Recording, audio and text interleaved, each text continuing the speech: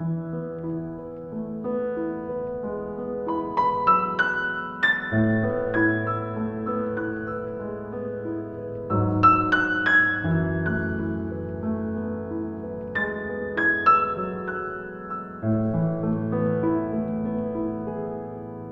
good. So afterwards, if you like, you can ask some more questions about meditation practice if you wish. But for now, I'm going to give some general information on Buddhist practice, perhaps a bit on how to integrate it into ordinary life and these sort of things. At the end, we can have a discussion, Q&A, whatever you wish to do. So one of the things that everybody recognizes in ordinary life, how busy things often tend to be.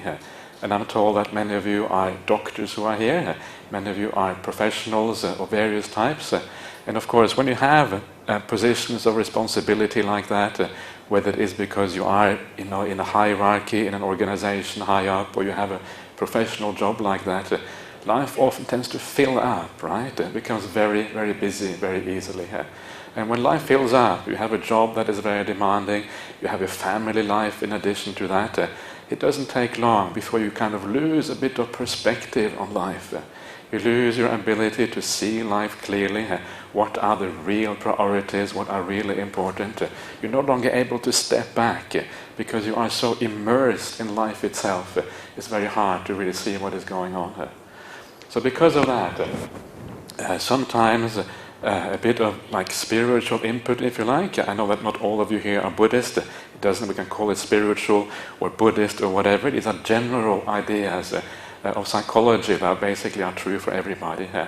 And one of the things that always occurred to me when I looked at my own life is looking at the way I was looking at the world when I was in my perhaps early 20s or thereabouts. I just finished 1 or 2 degrees at university, and I remember how I thought about the world. I had all these ideas about the future, what kind of career I was going to have, right? How I was going to get married, what kind of house I was going to live in. And the whole future was kind of in a very clear picture in my mind.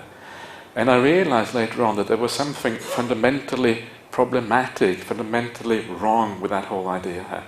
First of all, the idea itself turned out to be completely false. All those things that you think about when you're young. When you're young, you're often a bit conceited, right? You think you're going to change the whole world and these kind of things, which of course isn't true at all. At least not the way you think you are.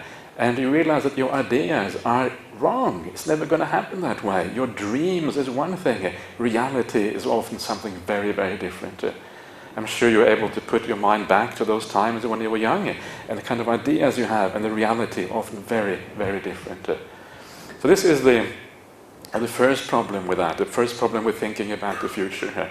And the second problem, which is perhaps even worse, is this idea, I remember myself very clearly, this idea that when you think about the future, you think that somehow there is a purpose to all of this.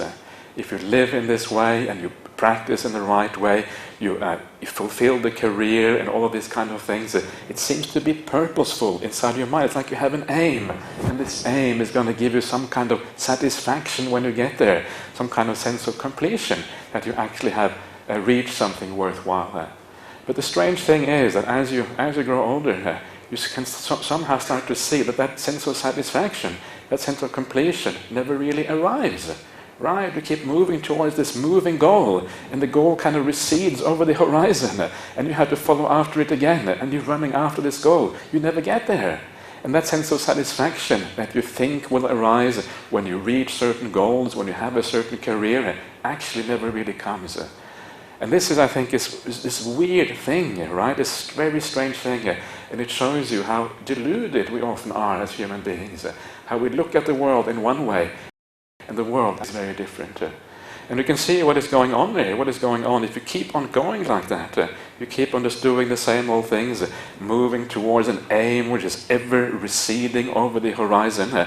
It means that the day you die, you're going to look back on your life, still feel unfulfilled, still feel you haven't reached any sense of completion or satisfaction in life, still feel that the emptiness inside, that hole inside, which your dreams said would be fulfilled if you follow those dreams, that emptiness is still there, and you haven't actually achieved anything at all. And this, I think, is a problem for the vast majority of people in this world. When eventually they die, when eventually they pass away, they ask themselves, what was the point of all this? What was the purpose? I've done all these things, and when I've done all these things, I haven't actually got me anywhere. And now I'm going to die, and I'm going to have to leave everything behind. All the things I worked for are going to have to be left behind. I can't take any of these things with me after I pass away. And this is the other thing which has always been also very interesting, also which gives you a sense of perspective on life. And this is this Buddhist idea that almost everything we do in this world can be compared to borrowed goods. Right? It's a very interesting simile here.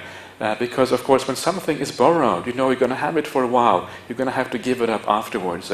And the question is, if something is borrowed, if you go out and you rent an apartment somewhere or something like that, how much effort, how much money, how much investment, how much of your resources are you going to put into an apartment that you're going to have for 3 months, right? Not that much. You're going to put in a little bit to make it nice and homely, to feel good about the place. But you're not going to kind of refurbish the whole place if the owner is going to get it back again in 3 months. You're going to just do a little bit, but not too much. You're going to look at the bigger picture in this particular situation. Where am I going to live after that? So you save up enough money or resources. So you also have somewhere where you can move after the lease or rent of this apartment comes to an end. And life is very much like that. We often tend to end up putting all our resources, all our investment into this life. And this life, when you look at it from a Buddhist point of view, in Buddhism we have the idea of rebirth, right? A fundamental idea of the Buddhist teachings. And this idea has tremendous consequences for how you live. Because what it means, instead of life being this tiny little fraction, this tiny little thing that it just exists here, it opens up this view of a completely different way of looking at the world. The world looks very different when you have this idea of rebirth and when you only have an idea of one life. But the vast majority of us, because we only see this very life right here, we don't see anything else. The rest is kind of blocked off. We focus everything on this life. And that is when you come to the end of this life, because you've focused everything on this life, when you come to an end, you feel a sense of emptiness. You feel a sense of, what was the purpose of all this? I've invested all my time and energy in this life, and now I have to give it all up. By all, I mean a lot, right? Everything you own in this world, your house, all your possessions, obviously, it's very obvious. All your relationships, right? Whatever relationships you have in this world, whether they are private or professional or whatever they have, the people who are dearest to you, all of that's going to have to go. Your body is going to have to go. And also a large part of your psychological identity, who you take yourself to be, is also going to have to go, because our identity is tied to this world. I am a certain person because of my education, because of my professional life, because of my social connections, because of my class, or whatever it is. All of these things are tied to this world. And if you invest everything in those things that are tied to this world, then when you die, you're going to feel confused. You're going to feel empty. You're going to wonder what is going to happen now. So by opening up, by looking at the bigger picture of things, you realize that a different kind of investment is important. And that is an investment that takes into account the fact that life carries on after you die. This is the Buddhist view of things. It carries on. And the investment, because of that, changes to be an investment in this world, to investing in the mind itself. Because the mind itself is what carries on after you die. And those, if you have developed your mind in the right way, if you have done all those things which leads to a lighter, more happy, more beautiful mind, that carries on afterwards. And you take that with you into the future. So what we're doing here, we're changing the investment horizon, right? Instead of having narrow investment horizon, we kind of broaden it out into this vast scope and look at things in a very different way. So be a long-term investor. Don't be a kind of short-term, narrow investor. Because if you are a short-term investor, it's going to end in tears, as they say. One day you're going to say, whoa, why did I do this? And you're going to regret the consequences of your actions because of that. So this is a very Buddhist idea of looking at the world, investing for the long term and not having any regrets afterwards. So how can we do that? Right? I was just saying before, it's so easy in your professional life to get lost in things, lost in career, lost in work, etc., etc. How can we kind of bring ourselves back and look at life in a way, or do what it takes to actually remember that perspective, to see things in context? And one of the most important things on the Buddhist path, that are kind of the basis for everything else, is the idea of the Kalyana Mitta. You know the idea of Kalyana Mitta? Buddhist idea. It's one of the basic Buddhist ideas. Kalyana Mitta means good friendship, basically. This is one of those very, very basic things. And in the suttas, in the Buddha's word, the Buddha basically says this is the foundation of the whole spiritual path. Because when you have the Kalyana Mitta, you have the positive forces that are working on you, directing you in the right way. The problem with life, and this is a consequence of one of the most profound teachings in Buddhism, the teaching of anatta, of non-self. The consequence of that teaching means that there is no rudder, there is no steering wheel inside of us that always guides us in the right direction. What we are, rather than having a clear sense of direction in life, what we are the sum total of all the conditions that are working on us. That's really who we are as human beings. And what that means is that we're like a ship on the ocean, right? A ship on the ocean with no rudder, no machine, no machinery, no steering mechanism. And of course, a ship like that, where there's no engine, there's no steering mechanism, it is completely dependent on the prevailing conditions of the ocean. The wind comes from the north, the ship goes to the south. The wind comes from the east, the ship goes to the west. The current comes from the west, the ship goes to the east, etc. It's the prevailing conditions that decide where that ship is going. And human beings are just like that. We are conditioned by all the things that work upon us in this life and also that have worked upon us in the past life. This is the idea of anatta, right? So it's very hard to imagine, right? I mean, try to imagine being completely at the mercy of prevailing conditions. It's very, very difficult to understand that. And the reason is because it feels like we are in charge. It feels like we have this ability to steer and control our lives, either this way or that way. But from a Buddhist point of view, that is largely, if not completely, an illusion here. So what it means is that we are conditioned. And if you understand the depth of your conditioning, then you also understand why the idea of Kalyana Mitta is so important. Why it is the foundation of the entire spiritual life. Because if you are totally conditioned, you have to condition yourself through having good friendship. And then only when you have those good friendships will you sail, as it were, in the right direction. Just like the ship on the ocean. So how can we establish this Kalyana Mitta, this good spiritual Buddhist friendship, if you like? And the answer is that again, the Buddha says in the suttas, of course, the number one Kalyana Mitta is the Buddha himself, right? Number one spiritual friend. He is the one who gave rise to this whole teaching called Buddhism. He is the one who obviously had the most profound insight into the nature of reality. We have to trust that the Buddha knew what he was talking about. If the Buddha didn't know what he was talking about, okay, then it's all over, it's game over, it's finished. So we have to assume that Buddha knew what he was talking about. Otherwise, there is no Buddhism. So assuming that, and taking the Buddha as your Kalyana Mitta, how do we do that? And of course the answer is we still have the word of the Buddha in the present day. It has been handed down over 2,500 years. If you use techniques such as literary criticism to study those suttas and the word of the Buddha, it is fairly obvious that those main doctrines of Buddhism that actually were spoken by the Buddha at that time, we still have them today pretty much exactly the way they were 2,500 years ago.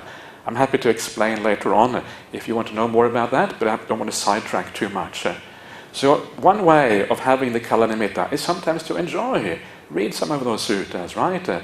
Have a few verses of the Dhammapada on your bedside. So when you wake up in the morning or when you go to bed at night, you can read a few inspiring verses to remind you of these teachings, right? Or you can take other aspects of the Buddhist teachings and read about that. And this is one way of making the Buddha your Kalyana Mitta. It's actually very powerful, because one of the things about the Buddha which always struck me is that when you read the suttas, he declared the Dhamma in such a way that it is basically timeless. It is as relevant to people today as it was 2,500 years ago. It is as relevant to the Western culture, or any culture, right, anywhere in the world, as it was to the ancient Indian culture. These teachings are essentially timeless because they speak to the human psychology as it is. And that psychology doesn't vary very much according to time and space, at least not the depth and the deep aspects of the psychology, which is the craving for happiness and the reduction of suffering and problems. So because of that, these are timeless teachings. And remember that when you are reading the Buddha would have taught these teachings in such a way that they were timeless, because he knew that these teachings would be listened to by people a long, long, long time in the future in very foreign cultures from the one that was in India. And because of that, when you read the word of the Buddha, you are literally in the presence of the Buddha. It literally is the Buddha speaking to you. Right? It's kind of almost like hair-raising when you realize that, because it's a very powerful feeling when you sit down and you think, this is the Buddha thinking about me 2,500 years ago, and he gave this teaching precisely so that I could read it today. You are kind of his direct disciple, right? This is a very powerful feeling about reading the word of the Buddha. If you get into that kind of mind state, it becomes very inspirational and very powerful. So that is one way of having the Kalanamitta, of remembering the teachings of the Buddha. Maybe I should just mention one teaching that always was very powerful for me. And I mentioned this morning. I gave a talk at the main hall here this morning. And one of the teachings that I always found very powerful, very simple teaching, but sometimes the simplest teachings are the most powerful ones. And this is a teaching where the Buddha is talking to King Pasenadi of Kosala. He was the king of one of the largest kingdoms in India at the time. And they were in conversation, and King Pasenadi, he comes from this meeting with all his ministers, and he's really stressed out. All these ministers are so terrible, all this business, people are kind of cheating each other and lying. Nothing has changed over 2,500 years, right? It's exactly the same. This is the remarkable thing. Okay, so he complains to the Buddha, and then the Buddha says to him, well, great king, imagine that a man comes to you from the north, and this man tells you that from the north a great mountain, a mountain as high as the sky, is moving in this direction, crushing all living beings in its path. And then another man would come from the western direction, and he would say exactly the same thing. A mountain as tall as the sky is moving in this direction, crushing all living beings in its path. A mountain would come from the south. A mountain would come from the east, crushing all living beings in its path. Right? It means these mountains are moving in on you. If you're in the middle there, these mountains are coming in from all directions. And then the Buddha says to the king, he says, great king, what would you do if that were the case? And the king replies, what can you do except for do good acts, do acts of generosity, and live the spiritual life in the right way? And then the Buddha says to him, I declare to you, king, I announce to you, death and old age are coming in, crushing you from all directions. What would you do if that is the situation? And of course the king replies the same thing again. What can I do except for do what is good, do what is kind, do acts of charity, and live a good life as a consequence? And I remember when I read this, I thought, wow, that is really powerful. It is really, really strong. This idea of death and old age being like mountains that are moving towards you all the time, just waiting to crush you, right? It's only a matter of time before this life is over. There's only so much time you have to do what is right, to live a good life. And of course, the point here is that just the very idea, just the very recollection that every one of us is heading towards death, means that we change our priorities. We start to look at life in a different way. And then, of course, we start to do things slightly differently. So this is just an example of the sort of teachings you can find in these Buddhist suttas. And sometimes they have a very powerful emotional impact on you. We're all slightly different. Different teachings resonate with us. But this is the sort of thing you can find. So that is just the suttas themselves, the word of the Buddha. Sometimes, for many people, it's actually very hard to read the word of the Buddha. You don't really feel that you're getting fully into it, understanding what it is about, and fair enough. So if you feel that it isn't really working for you, that's perfectly fine. This is how the vast majority of people feel about it. Of course, I'm a professional Buddhist, right? So if you are a professional Buddhist, of course, you have a different interest in these things. So there is an alternative way of finding a Kalyana Mitta, and that alternative way is to listen to discourses, talks by people who are inspiring, who are good at delivering the Buddha's message, who are good at explaining the word of the Buddha in the right way. Right? There are such monks here in Sri Lanka. If there's no one where you are living, perhaps maybe you can certainly find lots over the internet. Lots are available over the internet, and this is another way of finding the Kalyana Mitta. And remember, this is very, very fundamental to the Buddhist practice. It is the very starting point. Whenever you feel a bit stressed out, whenever you're feeling that you're losing your perspective, the right thing to do is to find that inspiration in the word of the Buddha, in the suttas.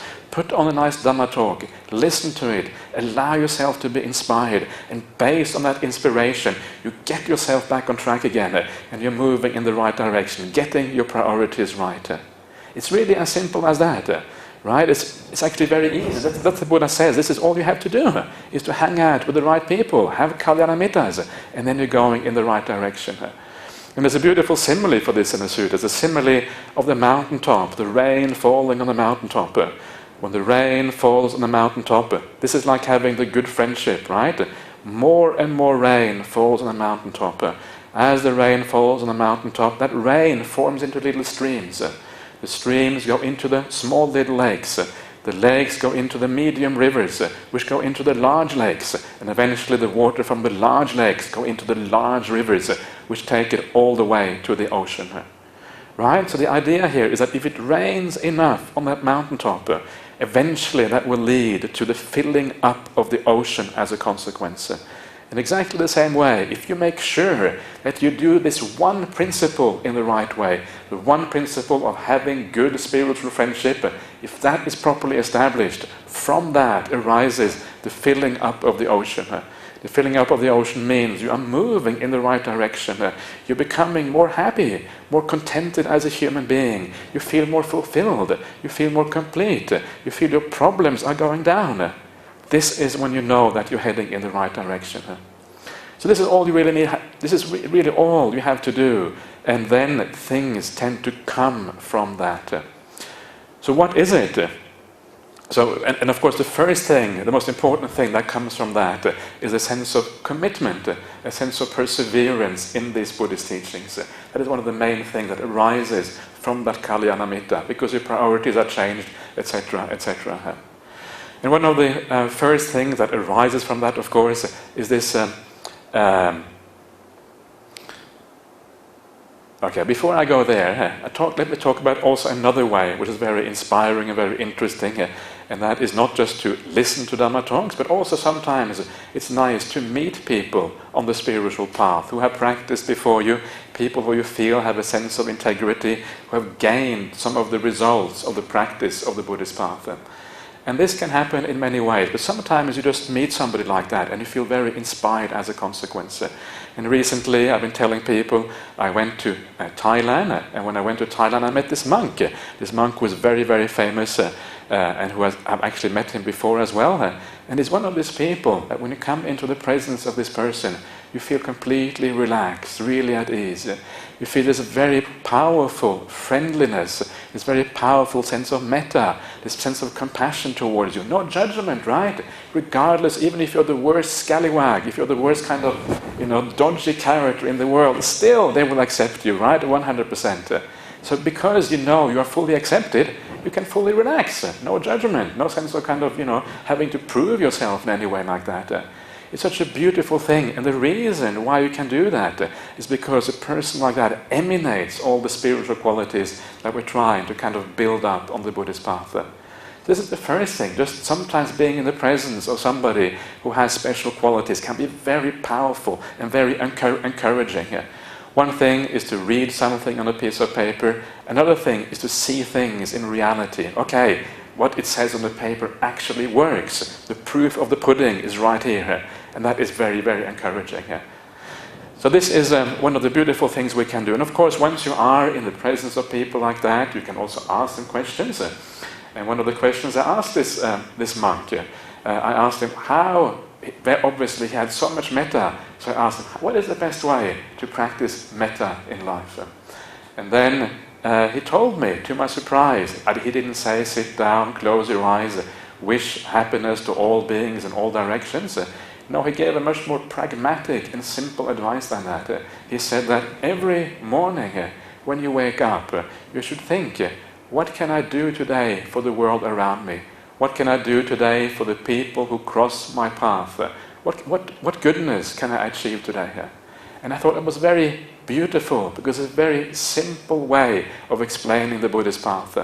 And one of the ways that I try to live my own life, and I have to say I'm not always successful, and that's fine, we can't expect to be always successful, but one of the ways that I try to live my own Buddhist life is always to think, whenever I'm going to say anything, whenever I'm going to act, whenever I even think a thought, I ask myself the very simple question, is this going to be a gift for the people around me, or is it going to detract to their existence?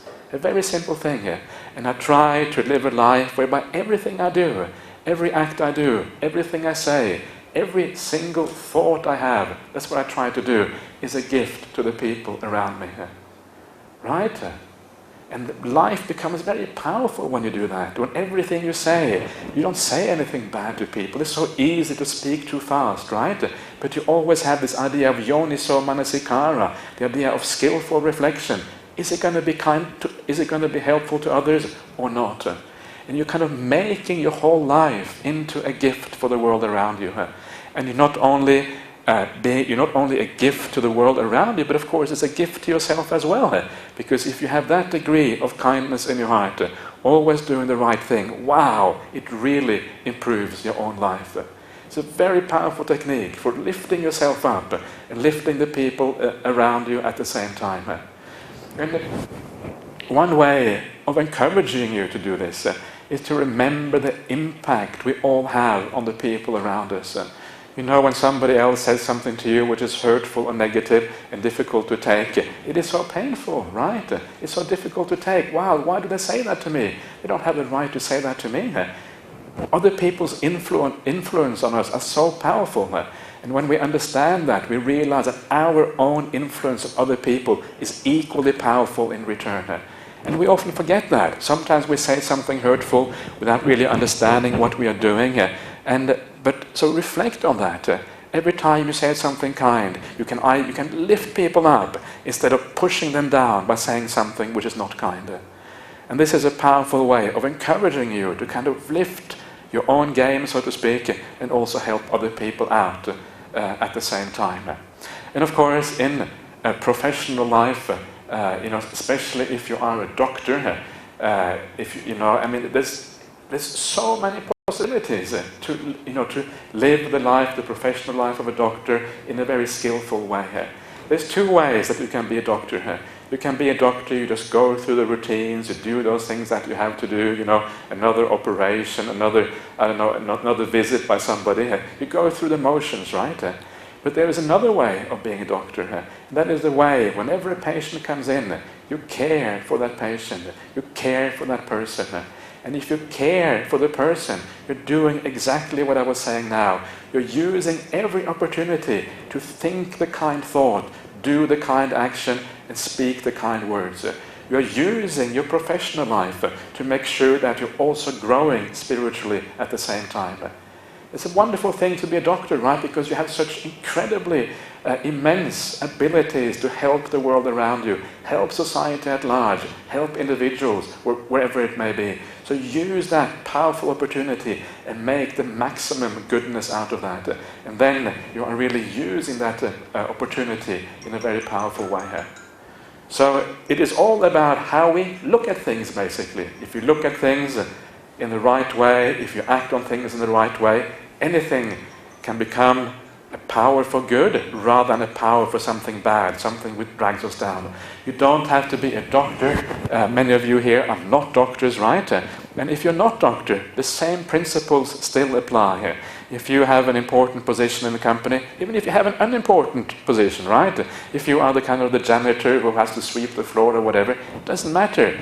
Any kind of position you have, you can either think of how this helps the world at large, how it helps you to care for the world at large, how it helps your co-workers, how it helps the whole company, and how you're kind of building something up. You can have a positive attitude to that.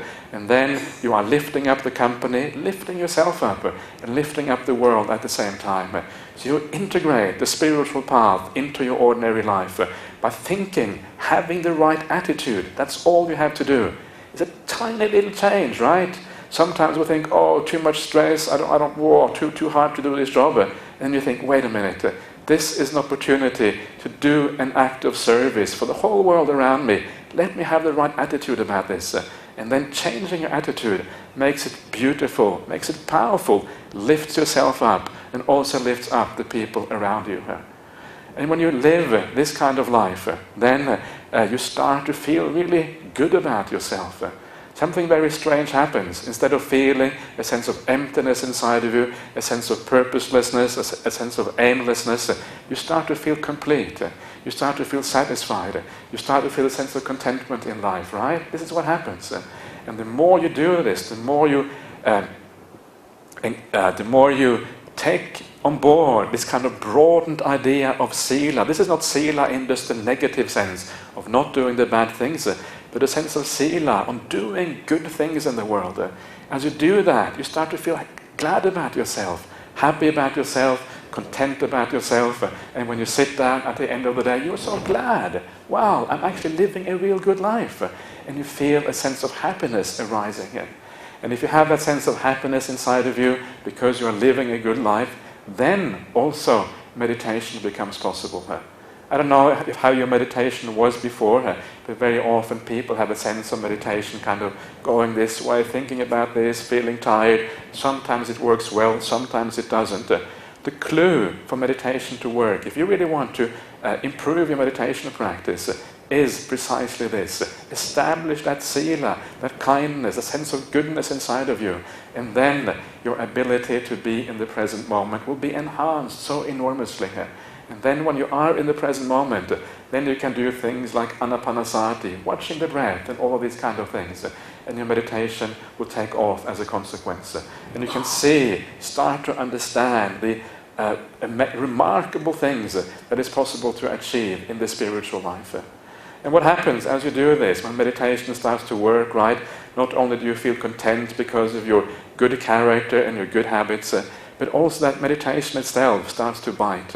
And there comes a point when meditation makes you feel so fulfilled, so happy inside. All the desires, all the craving, all of that is gone. And one day you just go into this state where everything is just absolutely content, absolute satisfaction, absolute sense of completeness in your life. And at that point you realize, you have realized that point, all that promise that you had when you were young, all those things that you were looking forward to, the sense of satisfaction, the sense of completion, all those things that craving said you would reach if you follow that craving along and you try to get the object of that craving, all that falls into place. And wow, you realize that this is it. This is actually the answer to the meaning of life. The craving is no longer there. The sense of desire has disappeared, and all that is left is a sense of complete fulfillment and satisfaction. This is the promise of the spiritual life. If you live it well, the promise is the answer to the meaning of life itself. Hard to comprehend, but as you move along this path, you start to see what it's all about. And of course, wow, then things start to become incredibly meaningful. And then you know that you have been investing your life in the right way. Okay, enough. Okay, very good. So that is all I would like to say for now. So I'd like to give you the chance to ask some questions or debate with me or disagree with me if you like. Whatever you'd like to say is fine. And I'm not sure what kind of questions you are interested in, anything is fine. Any kind of thing you want to talk about is perfectly okay. It's really up to you, whatever you want to ask.